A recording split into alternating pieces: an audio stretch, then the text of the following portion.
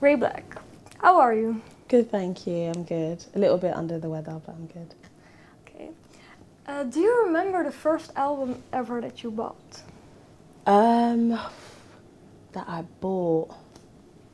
I think the first album I bought might have been Beyonce's B-Day album. Yeah. What did you like so much about this album? I just loved Beyonce. I just always loved Beyonce, and it was the first time I think I had my own like pocket money. It was the first time I had like my own money, and that's how I chose to spend it on Beyonce. Yeah. How old were you? Oh, I was probably about 13 when that came out. Probably, yeah, or maybe younger. Yeah. Do you still listen to Beyonce? Yeah. It's definitely. What did you think of her latest album? Lemonade. I loved it. The visual album was incredible. So incredible. It's like a film. Yeah. And you were really young when you first were dancing to music on MTV. Were you singing at the time as well? You were 7? Yeah, I was singing, and I kind of started writing some songs here and there as well to kind of entertain myself. But yeah, a lot of my afternoons were spent watching MTV. And do you recall the first songs that you wrote? You were a little bit older then. The first song I wrote, it was like a little rap, which went, "My name is Rita. Some people call me Lita because I'm big and very strong and I eat and sleep for long." That was it. That was it. I was like, cool. I think I was 8 when I wrote that. And I was obsessed with this female wrestler called Lita. And did you let other people hear that song? I think that one stayed between me, myself, and I. I wasn't ready for my debut yet. What was it about songwriting that appealed to you? I think in the beginning it was just something to do for fun because there wasn't really much to do, so it was like something I could do by myself after school to entertain myself when I had nothing else to do, was reading or writing stuff. And then eventually it was just a way to like get my thoughts and my feelings out. So that's just like me expressing myself. Yeah. At what age was it first singing and then that you became interested in writing, or was it at the same time? Or? I think it was first singing, because I think I didn't really know people could write their own songs. At that age, because when I started writing songs I was like 7, 8. So hearing them, I didn't know how the songs came about, like whether people wrote them or someone wrote them for them. So I would just copy and sing other people's songs. It never occurred to me that I could just write them myself. And then after I started writing them. Who do you think wrote them? Other people? I don't really know. I just thought, oh, it's a song that people sing. It's just, I don't know. I didn't think about how it all came together. But then it wasn't until I started writing my own raps I realised, oh, I can write my own song as well. And you actually had a music group, Newfound Content. Yeah. Yeah. What can you tell me about that? So we made the group when we were in year 7, so you're like 11 or 10, 11 at that point. And it was myself, a guy called Bartoven, his brother Emanike, another guy called Elliot and Perry, and we just decided to make our own music for fun, really. Again, it was like a hobby after school. We would get together in his dad's garage and just write songs. And yeah, we thought we were amazing at the time. Yeah. How did you meet Emmy and Keith? We were in the same school, so his brother was in my year and he was in the year below. Yeah, so we kind of all grew up together and they lived around the corner. Did anyone hear your music? Sorry? From that band?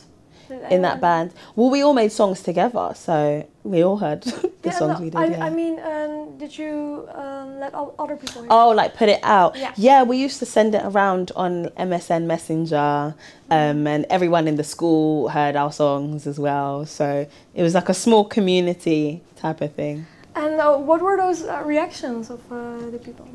I think people really liked them.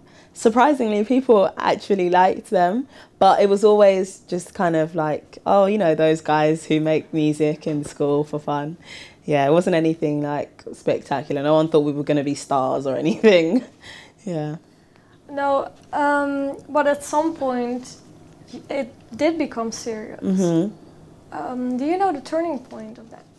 Well, I think I started taking music I kind of took it seriously from the get-go, to be honest. I had the hope of becoming a musician, but I didn't think I could actually make it a reality until I was about 16. And then that's when I think I started like pursuing music. I started going to auditions, and when I would write my songs, I would actually write them thinking about what I was writing, how I wanted it to sound, and imagining possibly doing a music video and all of that. So that's when I really started to take it seriously. What sort of auditions did you do? Well, I was really into musical theatre as well, so I would like audition for theatre shows like Lion King and stuff like that. Yeah. And what was it about musical theatre that you liked? It was just the combination of acting and singing, because those were my two favourite things growing up. I liked acting and I liked singing and I liked writing songs, so it was like all of them together. Yeah. How do you feel about acting now? I still love it. Yeah. I'd still do it. Do you still think someday you would want to audition again? For something? Yeah, probably.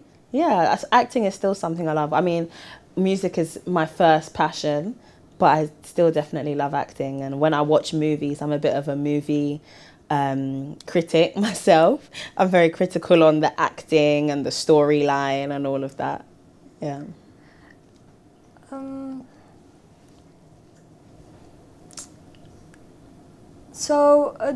Do you think you can combine it with your singing career maybe in the future? Possibly, yeah. Anything's possible.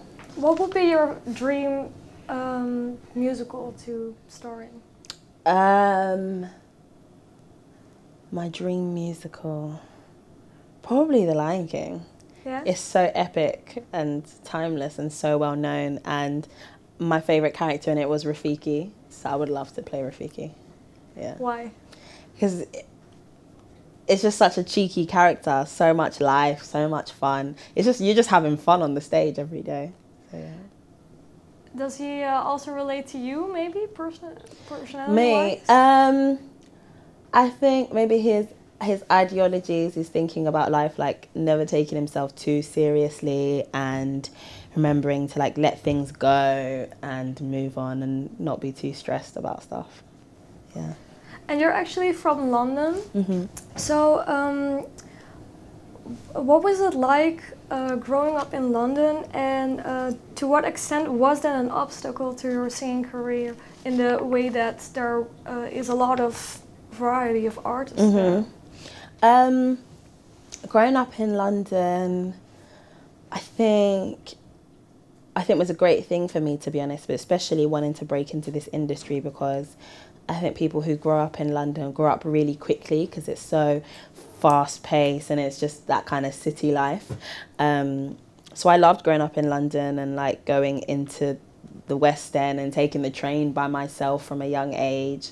And in terms of music, to be honest, I think the large variety of music and musicians in London kind of helps, because it means that you can do whatever you want to do, express yourself, and there's like so many avenues as well. Yeah. Have you met artists in London that you work with now? Have I met artists in London that you work with now? That I work with now? Well, day to day, I meet different people. When I do sessions, I work with different producers every day. So I'm always meeting new people that then kind of become people I work with on a regular basis, and different artists. Yeah. So you work with different producers every day? Pretty much, yeah, or every other day. So I'll meet someone, hear their music, and then we'll have a session maybe for 1 or 2 days.